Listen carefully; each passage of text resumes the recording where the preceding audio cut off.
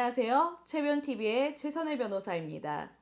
오늘의 옆집 최변의 일상법률 주제는 바로 해고 절차와 부당해고 제1편입니다.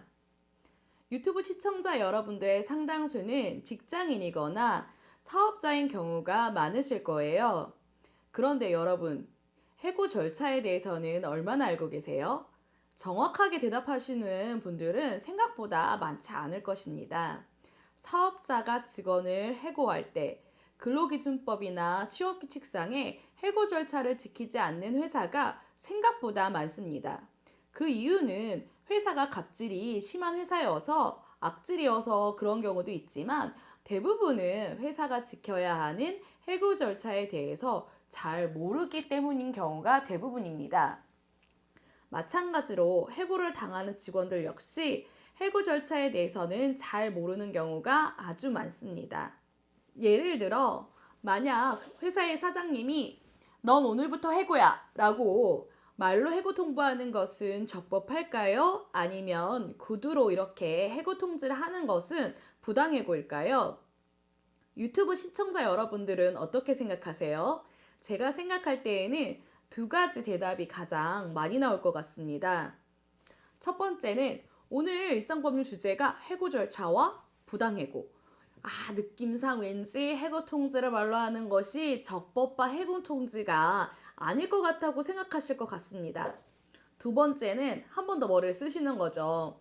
해고 통지를 서면으로 하든 말로 하든 형식이 중요한 것이 아니라 해고 사유에 정당한 이유가 있는지 아니면 정당한 이유가 없는지에 따라 해고 통지가 적법할 수도 있고 부적법할 수도 있다라고 생각하실 것 같아요. 정답은 바로 케이스 바이 케이스, 경우에 따라 다르다입니다. 아마도 근로기준법이나 해고 절차에 대해서 조금 아시는 분들은 해고 통지는 당연히 서면 통지, 문서 통지로 해야 하는 거고 말로 해고 통지하는 것은 부당해고라고 생각하실 수 있어요. 이렇게 생각하신 거 완전히 틀린 거 아닙니다. 상시 근로자가 5명 이상인 경우에는 해고 통지는 서면 통지, 즉 종이로 통지하는 것이 맞습니다. 물론 예외적으로 전자로 통지해도 되는 경우도 있는데요. 이거는 극히 예외적이라는 거 기억해 주세요. 근로기준법상의 상시 5명 이상의 근로자를 사용하는 모든 사업 또는 사업장에 적용된다고 규정되어 있기 때문이죠. 이 말을 반대로 해석하면 4명 이하의 사업 또는 사업장에서는 근로기준법이 적용되지 않는다는 뜻입니다. 물론 전체가 적용되지 않는 건 아니고요. 예외적으로 적용되는 규정이 있긴 있는데 몇 개 되지 않습니다. 오늘은 근로기준법에 적용이 되는 상시 5명 이상의 근로자를 사용하는 모든 사업 또는 사업장을 기준으로 해고 절차에 대해서 설명하고자 합니다. 우선 사용자가 근로자를 해고하여야 할 때 준수해야 하는 절차 중에 하나인 해고 예고에 대해서 알아보겠습니다. 사용자가 근로자를 해고하려고 하려면 적어도 30일 전에 예고를 해야 됩니다. 이때 해고는 경영상 이유에 의한 구조조정 등의 사유도 이 해고에 포함이 됩니다. 30일 전에 예고하지 않았을 경우에는 30일분에 해당하는 임금, 통상임금, 이거를 해고 예고수당이라고 하는데요. 이것을 지급해야 합니다. 즉, 일을 시키지 않아도 한 달치의 급여를 줘야 된다는 뜻이죠.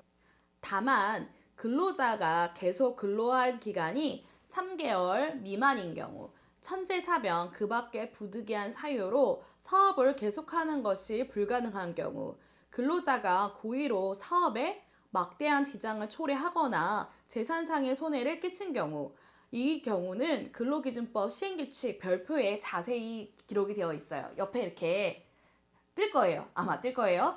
이런 경우에는 해고 예고를 하지 않아도 됩니다. 옆에 만약에 안 뜨면 상세한 내용은 하단에 지금 블로그를 링크를 해놨거든요. 거기서 확인하시면 됩니다. 그러면 해고 예고를 하지 않은 경우 해고의 효력은 과연 유효할까요?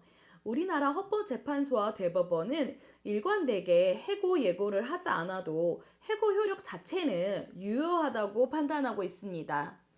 해고 예고 제도는 해고 자체를 금지하는 제도가 아니에요.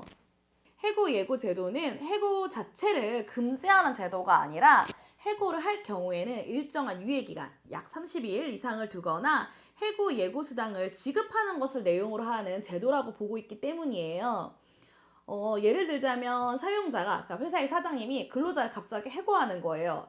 그러면 근로자는 다른 직장을 얻을 때까지 소득이 없잖아요. 그러면 생활에 위협을 받게 되는 거죠. 권고사직을 당하는 경우를 제외하고 나서는 해고의 경우에는 고용보험금도 사실 받지 못하는 경우가 대부분이에요. 그래서 다른 직장을 구할 때까지 기회를 가질 수 있게 최소한의 시간적 여유, 약 30일 이상을 주거나 아니면 30일 이상의 임금, 한 달치 이상의 임금을 지급하게 함으로써 최소한의 생계비를 보장을 하는 거죠. 그러면 근로자의 경제적 어려움을 약간 완화시켜 줄 수 있잖아요. 여기에 제도의 취지가 있는 것입니다. 그렇기 때문에 해고 예고를 하지 않는다. 그렇다 하더라도 해고 자체가 무효인 건 아니에요. 근데 해고 예고도 하지 않았고, 근데 해고에서 이건 이제 절차적인 거라서 제가 설명을 따로는 안 드리는데, 해고의 이유가 적당하지 않았다. 이런 경우에는 물론 내용상의 이유로, 그러니까 실질적인 해고의 사유가 되냐 안 되냐의 이유로 다투는 거는 또 다른 문제고요. 이거는 지금 절차에 대해서만 제가 설명을 드리는 거예요. 다시 정리해서 말씀을 드리자면 30일 전에 해고 예고를 하지 않았다. 그리고 해고 예고 수당을 지급하지 않았다. 두 개 다 안 했다. 이래도 해고 자체는 유효하다. 그러나 이러한 절차를 지키지 않았을 때 근로자 그럼 사용자한테 무엇을 할 수 있을까요? 해고가 무효라고 다툴 수는 없지만 30일 정도에 해당하는 급여에 대해서 해고 예고 수당을 청구할 수는 있다라고 말씀드릴 수 있겠네요. 상시 근로자 5인 이상인 사업장에서는 사용자가 근로자를 해고하려고 하려면 해고를 서면 통지로 하여야 한다는 거 기억하시죠?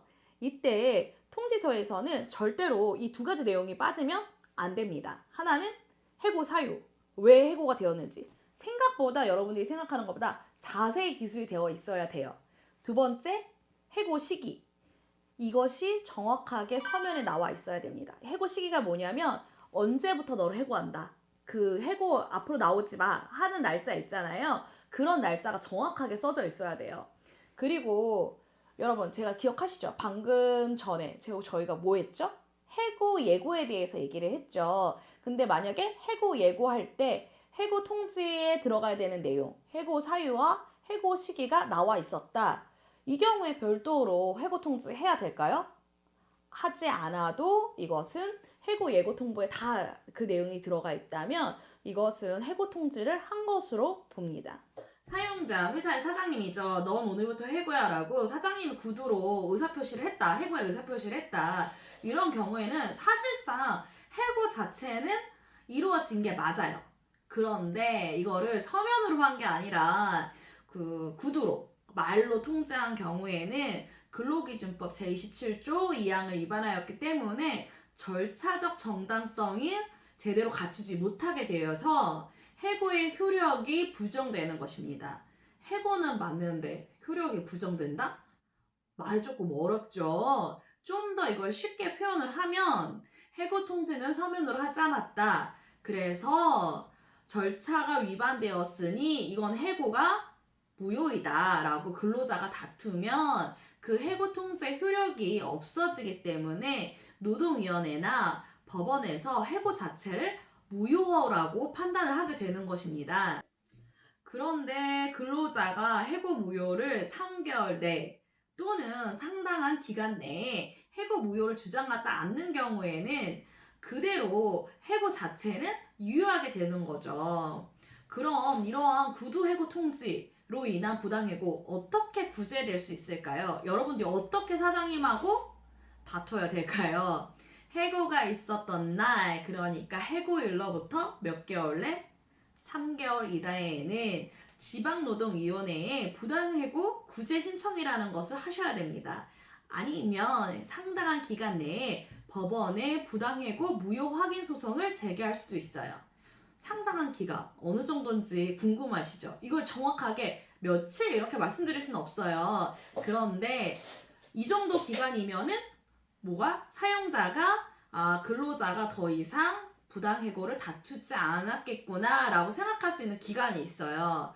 이걸 딱 떨어지게 말씀드릴 수는 없는데 그런 기간이 너무 도가있다. 막 예를 들어서 내가 오늘 하고 당했는데 1년 정도도 지났고 다른 회사도 다녔고 뭐 이런 사정들이 있어요. 그런 경우에는 법원에서도 사실상 해고 무효 확인 소송을 한다 하더라도 안 받아들일 확률이 굉장히 높습니다. 이건 정확하게 며칠이라고 말씀드릴 수 없어요. 케이스 바이 케이스고 일반인의 상식에서 누가 보더라도 아 이거는 이 사람이 해고 무효를 다툴 생각이 좀 없었겠구나라는 기간들이 있어요. 그래서 그런 기간이 해당되지 않아야 됩니다. 그러면 지금 말씀드린 것처럼 구두로 해고 통지를 당하거나 서면이 아닌 방식으로 해고 통지를 당하게 되는 경우에 그래서 근로자가 부당해고를 다툴 거 아니에요. 그런 경우에는 근로자는 어떤 보상을 얻게 될까요?